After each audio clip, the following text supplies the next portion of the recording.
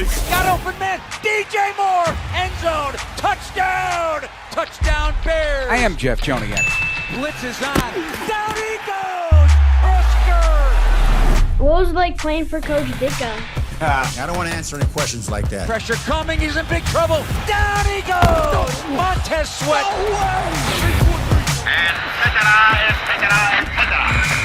Now, Bears Etc. brought to you by Chevy Drives Chicago, the official truck partner of your Chicago Bears. It's a 2-game winning streak for the Bears after capturing their first road win of 2025, and they do it by surviving in Sin City, beating the Vegas Raiders 25-24. With Super Bowl winning Bears guard Tom Thayer, I'm Jeff Joniak. We discuss on episode 173 of the Bears Etc. podcast. This episode of Bears Etc. brought to you by ChevyDriveChicago.com, the official truck of your Chicago Bears. Our weekly conversation with head coach Ben Johnson coming up to you shortly as well. Tommy, these are the things popped in my head. Thrilling, maddening, exhilarating, delirious. All words that come to mind after that one. Is a great atmosphere, big finish. Gotta love the big finish. I look at resiliency, learning, understanding, resetting, so Ben Johnson and the football team is still in the stages of getting to know each other and how they work under real conditions, and I mean NFL season games. And so the resiliency of this football team, rather than going into the locker room and folding, they came out with the resiliency to make sure that they righted the ship and they got things done in the second half. The way they understand Ben Johnson from the beginning of the game to halftime, and Ben's ability to stay calm, stay sturdy, right the ship, and get this thing pointed in the right direction. When I look at it through like the football scope, that's what I see from this football team. But every word that you just used, the fan in me, that's exactly what I was thinking as the fan. Yeah, and I'll say this also. There's so much reference, and I understand it. I do. So much reference to, gosh, last year or in the past, this would have happened. Can we just break from that? And it's almost like you're conditioned to think the worst all the time as you approach this football team. And this is a different day. First of all, there's maturation going on in the football team. There's maturation with the quarterback. There's a better understanding.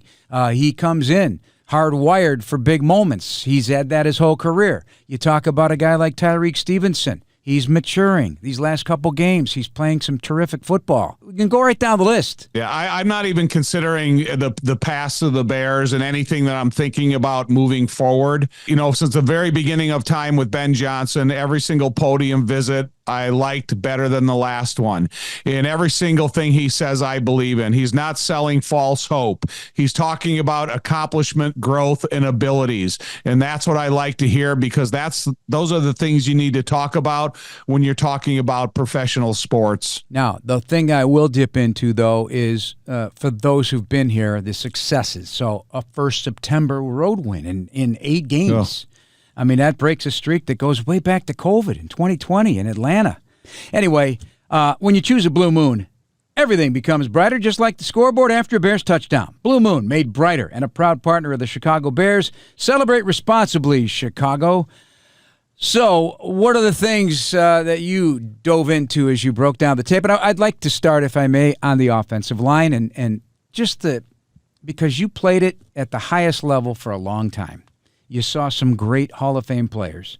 So you're Ozzie Trapillo, who has yet to have an NFL snap. You practice against NFL players in the preseason. You face teams. You played in games. But you're going up against Max Crosby, one of the premier players, let alone pass rushers in the NFL, and he's hard to deal with. And then you got Theo Benedette, who starts against him, has to deal with his wrath for a half. And now, oh, by the way, you're gonna play the last series of the first half, and you're going to stay in the game at left tackle for the rest of the game after playing 27 NFL snaps entering yesterday's game. So that's a mind blow for somebody like me to sit there and know that these guys are just thrown to the wolves. And I guess, it's like a baby. You throw them in the water and see if they can swim.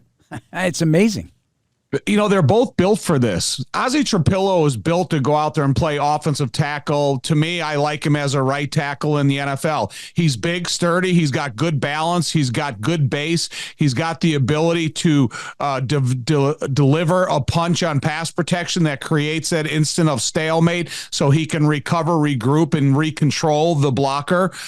He's got a good understanding of how to work with a tight end or work with an offensive guard. He's got the athleticism to get to the second level. And Dan Rochar is a guy that's been working with him very specifically since the time that he's come aboard here in Chicago. And now in the modern day NFL, with OTAs, you have an opportunity to work with the athlete, and because you're not in pads, you don't have a helmet on. So now you're learning a lot about the player's feet, his bendability, how he's able to adjust to an inside rush to an outside rush. And then all of a sudden you get the pads on, and then you start adding the element of the physicality of the sport, which is probably the most needed element for all offensive linemen. And I think Ozzie Trapillo is a guy with the bloodlines, with the college program he went through and onto the NFL. He's just in the initial early stages of his development. No, not even close to being a finished product at all. If it was a 12-inch ruler, he'd be on the 1-inch line. And I think he's got a tremendous upside. And what I like about him is when they told him to go in the game, and it was a lot like the first time I went into the game. They just came up and said, hey, you're in.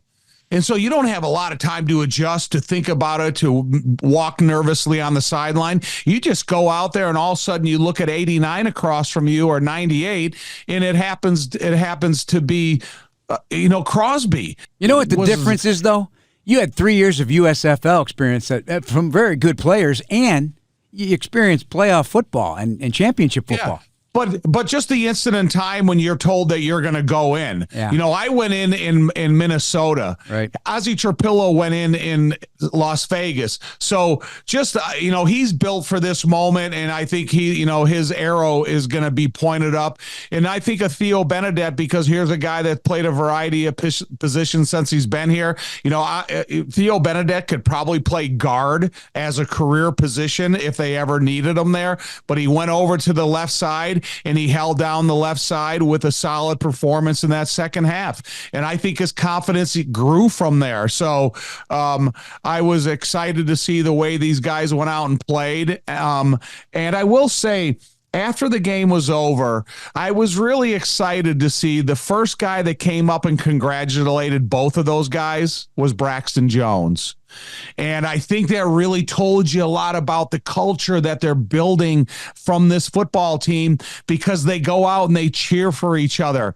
And it's such an important element that you have to have with a couple of young guys like that. Score big at your local Chevy dealer. The Chevy Silverado will take you through this season in style. Chevy Drive Chicago, official truck partner of the Chicago Bears. Let's pause on our conversation so we listen to the head coach, Ben Johnson. We look back at the victory in Vegas. All right, welcome back, Ben. Bears Etc. podcast, our weekly visit with you. How you feeling? You doing good? Oh, yeah, I'm doing great. Nothing like a victory. Yeah, I'll tell you, when we talk about every snap matters, every play matters, hell, man, every inch matters, as it turns out with that block. Yeah, there's no question about it. I thought Kevin Byard, not just the interceptions, but the fact that he could come through with that third down stop for us right before the field goal attempt. I just thought that was so good. Ashton Genty, he was just a hard guy for us to bring down. We did not do a good job tackling him. And then there we go with Byard right in the hole there on that last play, and he was able to square him up and bring him down. And like you said, it's every little inch matters in those long field goal situations. The further back you put them, a little bit lower trajectory there from the kicker, and that's all that Blackwell needed there to block that one for us. Even the psychology of the kicking, guys maybe thinking, okay, I'm going to get in a pretty good spot here, 2 or 3 yards, man. I'm not saying it is, but some kickers, that might be a heavy burden. No, there's no doubt. Yeah. And I think when you look at the odds, if you look at the stats over the course of the last few years, I mean, once you get in that 50, 55, 54, every 2, 3, 5 yards, it matters. Your odds of making a kick go up dramatically, just a little bit further more that you go in. And so that's something that we're aware of. every week, and it's getting wild right now that some of these kickers are able to kick 60-plus yard field goals on a regular basis, and so. For us on defense, we're aware we got to defend every blade of grass. Yeah, Chase McLaughlin, 65 yards outdoors, NFL record for Tampa yesterday. Yeah, that's right. Yeah, it is kind of crazy. But that now leads us to preparation, and I'm a big fan of Josh Blackwell because of how he started. Came here as a release player from Philadelphia and has worked his way into a very prominent role as a critical special teams performer. Had the big punt return last year against the Packers.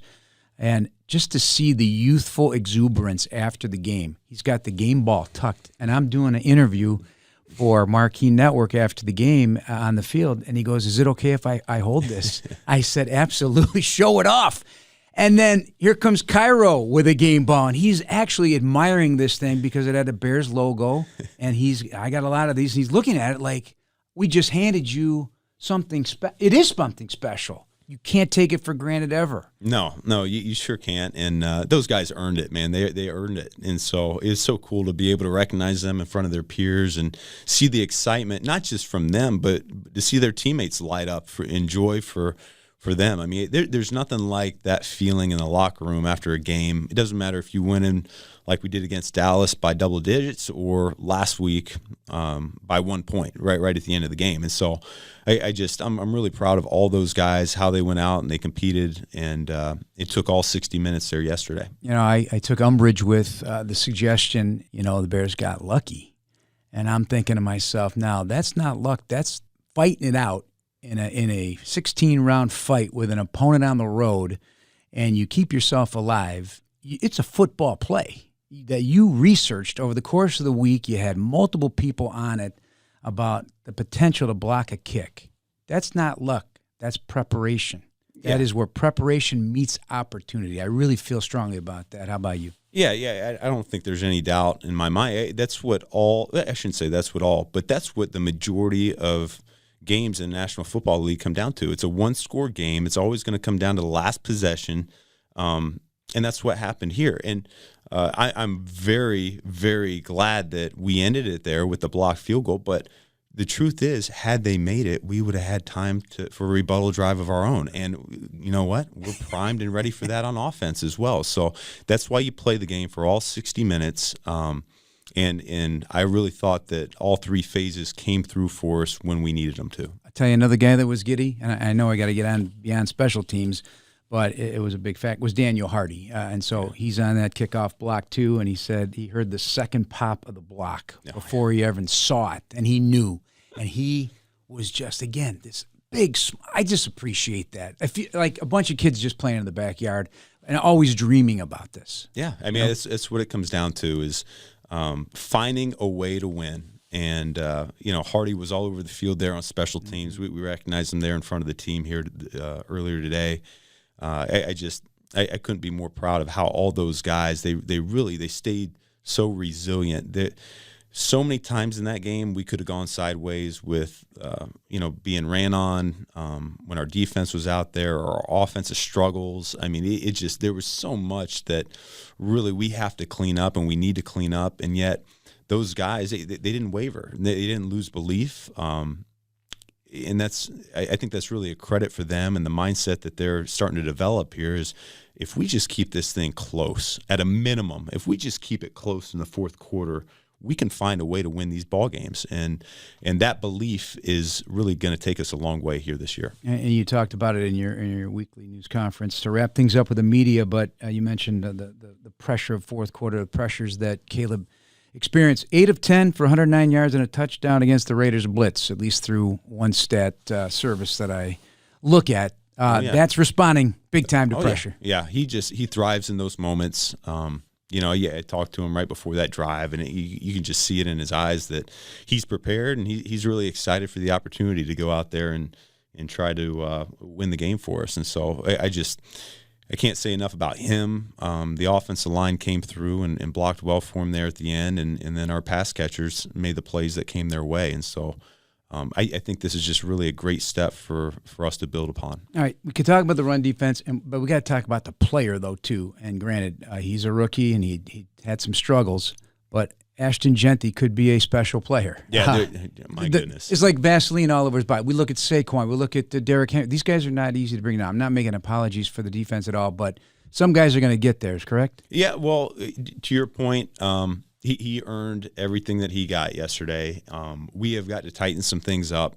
This bye week's coming at a good time for us to look at what we put on tape so far and really assess where we're putting our guys and if we're putting them in the right spots or if we need them to do a little bit more for us as well to get this thing done. But to your point, we got some more really good dynamic running backs left on our schedule, so we got to tighten up from that aspect. And then the fact of the matter is this: we play at Soldier Field, and we got these November and December games where the running game, it does matter. It's going to win or lose ball games for us, and we need our offense to come through and run the ball more consistently, and defense is going to have to get a little bit more stout, and we'll be just fine. Speaking of the run game, and you mentioned how hard Swifty is running, but Kyle Monungai seems to be on the cusp of breaking something. Like, is he right there? Yeah, I think he is. What I love about him is just the ability to fall forward every time he gets tackled. So it might not seem like much, but every 2 extra yards on every carry, like, that's a big deal. That's for us to stay on schedule, which we were not very much last game.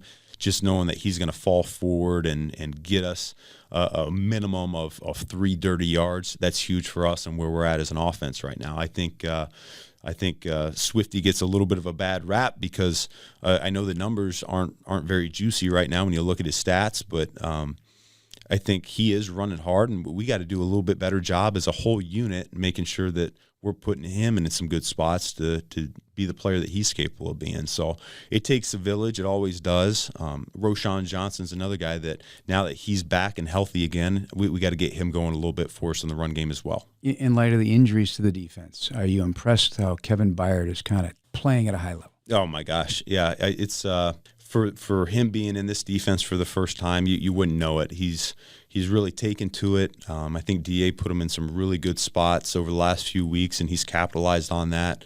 What I love about KB, too, is, you're talking about a 10-year player that he's really seen a lot. He knows what good football looks like. He knows what bad football looks like. He's really committed to helping change this organization and bring a winning product to the field each and every week.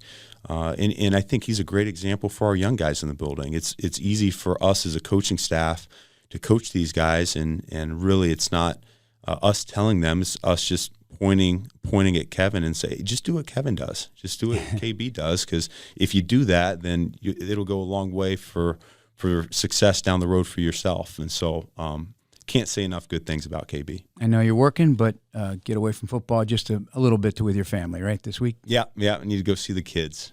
Husband, father. Yep. Really important. It is. Thank you so much. Yeah. Thank you, Jeff. A lot there. A lot of it is some of the things you've already touched on about this football team, Tom. And, there's just so much work to be done. This is a new thing, a new staff, a new program, a new scheme on both sides of the ball. So a lot to learn still yet about players. And, we didn't even get time to get into it, but, you're going to get more than likely Kyler Gordon back, TJ Edwards back. You're going to have the opportunity to begin practicing. Wright. Yes, Darnell Wright, but begin practicing with guys like, Austin Booker. Yeah. Austin Booker, it's after week 4 now, so the guys that are on short-term IR can possibly start. The practice window will open next week for Austin Booker. Amin Agbangbamiga, another linebacker possibility, and special teams, and Travis Homer as well. So there's a lot there. You also mentioned, Roschon Johnson now getting back up to speed and healthy might get some cracks at run of the football as well. The best thing that Roschon Johnson has done since he really hasn't been part of the running back rotation is prove that he respects his opportunity on special teams. And he's gone and made some big blocks and some big hits. So that's kind of a proving a line of demarcation, and that the coaches know that this guy is a dedicated football player and wants to contribute any way, shape, or form. So if he does get involved in the running back room and Eric Bieniemy sees fit and finds a spot where he fits best inside this offense, then Roschon Johnson has shown all of us that he catches the ball well out of the backfield. He's a super willing blocker, and he's got some power behind his shoulder pads if they need some of those interior physical yards. Hey, Bears fans, Steinhoffels, a proud partner of the Chicago Bears. This Bears season, Steinhoffels is partnering with Special Spaces Illinois to create dream bedrooms for children battling cancer. For every false start caused by the Bears defense during a home game, Steinhoffels will donate $1,000 to Special Spaces Illinois. Shop in-store and online at steinhoffels.com. Tom, of the running game, has been mentioned, not getting off blocks as he would like to see, and nor tackling at a level that he feels comfortable with. These are two things that can be definitely fixed. Your view about the running defense at the moment? First of all, I think the interior of the defensive line, the young guys, Gervon Dexter, Shamar Turner, a more physical, immediate brand of football. Because when we started talking to Dennis Allen at the start of the year, he talked about the defensive linemen not necessarily being two gappers, but being guys that disengage from the offensive linemen and get into the backfield and start disrupting the flow of the offensive plays. And then we lost TJ Edwards, and he's one of the fastest reacting linebackers there are in the NFL. And he works really well with Tremaine Edmonds. So when you're trying to introduce a young linebacker to a new system where the defensive linemen are in an attack mode and not a two-gap mode, it's kind of difficult, and sometimes you get out of position on your fits. Sometimes you try to get in position so quickly you create a hole. And then if you're playing against a running back with good vision, then sometimes they can take advantage of those things. And you think from the beginning of the year with Aaron Jones, so on and so forth, and then the guys they faced in week 2, you face some really good running backs. So I think when you figure out, okay, Andrew Billings is getting more time, and he's a guy that you can say you want to play this style, but he's a guy that can take 2 offensive linemen out of any play, and then the linebackers can react off of that. So I think there's a little bit of a transition week to week that this defense can go through. But now if you're going to get TJ Edwards back in the fold, you're getting more reps with Shamar Turner. You're getting better pressures from the outside by Dominique Robinson, Dio, and Montez, and possibly you get Booker back. You're talking about a defense that I think they're going to get better as time goes by.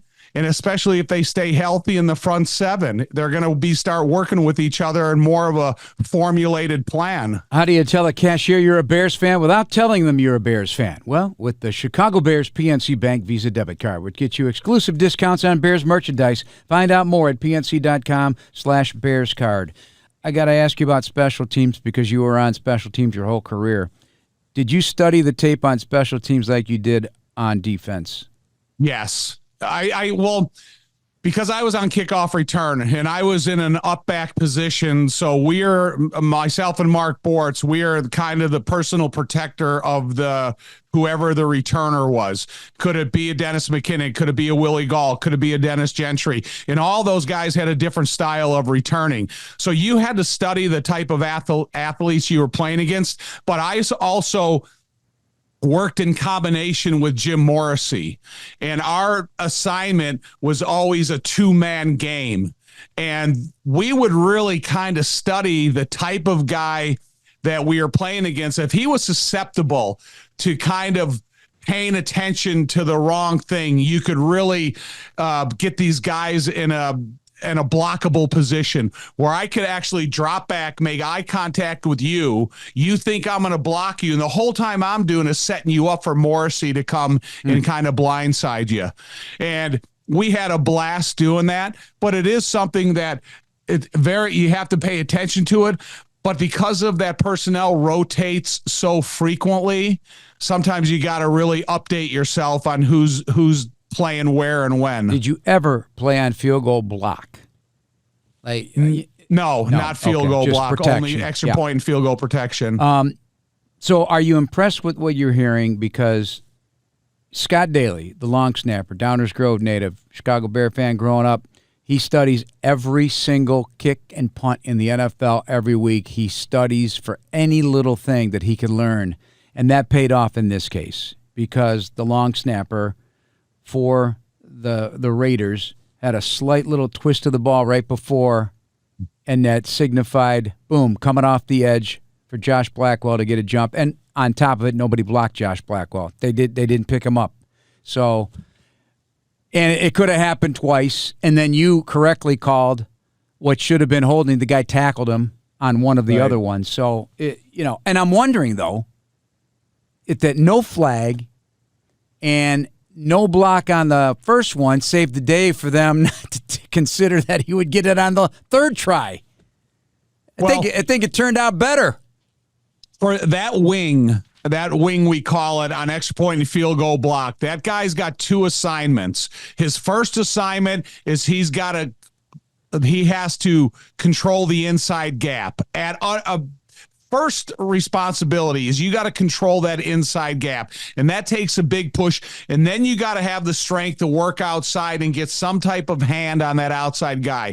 And in the broadcast, I told you, Steve McMichael was absolutely fantastic at it. Absolutely fantastic. And he was the receiver if you ever had an interrupted snap that had to go out and to be the relief receiver. He was that guy. So the difficulty of that outside job is tough. But the little idiosyncrasies of instances in time that I remember years ago, there was an offensive tackle that moved his foot before he got out of his stance.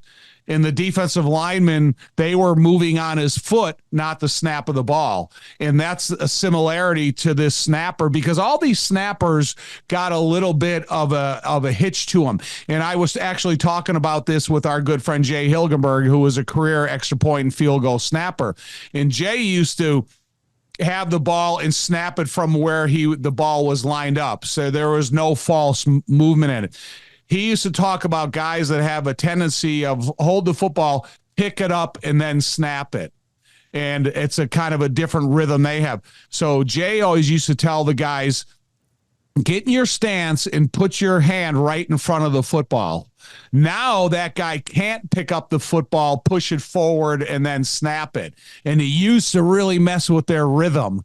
And so it's kind of like these little details that specialty guys like that know because that's what they do, and it's not an easily done job. Now, it's interesting. I think I read a Pete Carroll quote from yesterday. He said the first order of business is stop the wing. Yeah, 100%. That is, but it's not an easy job. You go back, if we went and studied every single field goal protection team and look at the guys in that position, it's just not easy. This is an unfair question to ask you without notice, but who's the best special teams player you ever played against? And I know Neil Anderson was great. I'm not talking about a teammate. Yeah. A guy that a Steve Tasker type, or anybody that you played against in the NFL that sticks in your mind that was a doggone tough out? Well, it's funny you bring up Tasker because my last year playing with the Miami Dolphins, I was on kickoff return and we were playing the Buffalo Bills. And I think they scored 51 points against us. And we had 9 or 11 kickoff returns, and I barely touched them once. And so it was difficult. But, for us, the best examples of great special teams are the guys that we broadcasted for. When you talk about Izzy Adonijay, and now we're talking about Daniel Hardy and your Jerry Azuma, just the different guys that we got to watch. And listen, I'm not leaving out Devin Hester. He's a Hall of Famer. But there's guys that we've got to see, Slater from the New England Patriots. Yeah. So there are guys out there that they make their career on being a special. Glenn Kozlowski was a great special teamer as well. Yeah, Ben said to us in that interview that they mentioned special mention for Daniel Hardy in the team meeting on Monday because he had a terrific game. Good news, Chicago United Airlines is getting brand new planes with all the bells and whistles like Bluetooth connectivity, screens at every seat, and room for everyone's roller bag. United, proud to fly the Chicago Bears, and you too. Got to talk about Max Crosby for one instant. There are certain games you call, and you've been a part of all this too. So the special players. I don't recall such a wrecking performance in one half. Freelancing to find his windows, but the violent hand use before you could even make a move, he is, boom, gone. He's by you.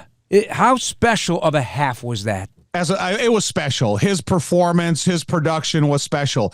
But for me, I would have had the offensive lineman attack him. I would have not given him that distance in between he and you and allow him to use his hands as to be able to disengage. To me, if I know the snap count and I'm coming to you, I'm going to put my hands on you as quickly as possible and take that 6'5", 255-pound frame and make it what it is. He's not a big, strong guy. He's a fast hand-playing guy. So if I'm coaching to play against him, I'm going to cut that distance down and I'm going to be on the attack more than I'm going to be on the retreat. Because if you're on the retreat and you become a catcher, you're playing right into his style and his ability.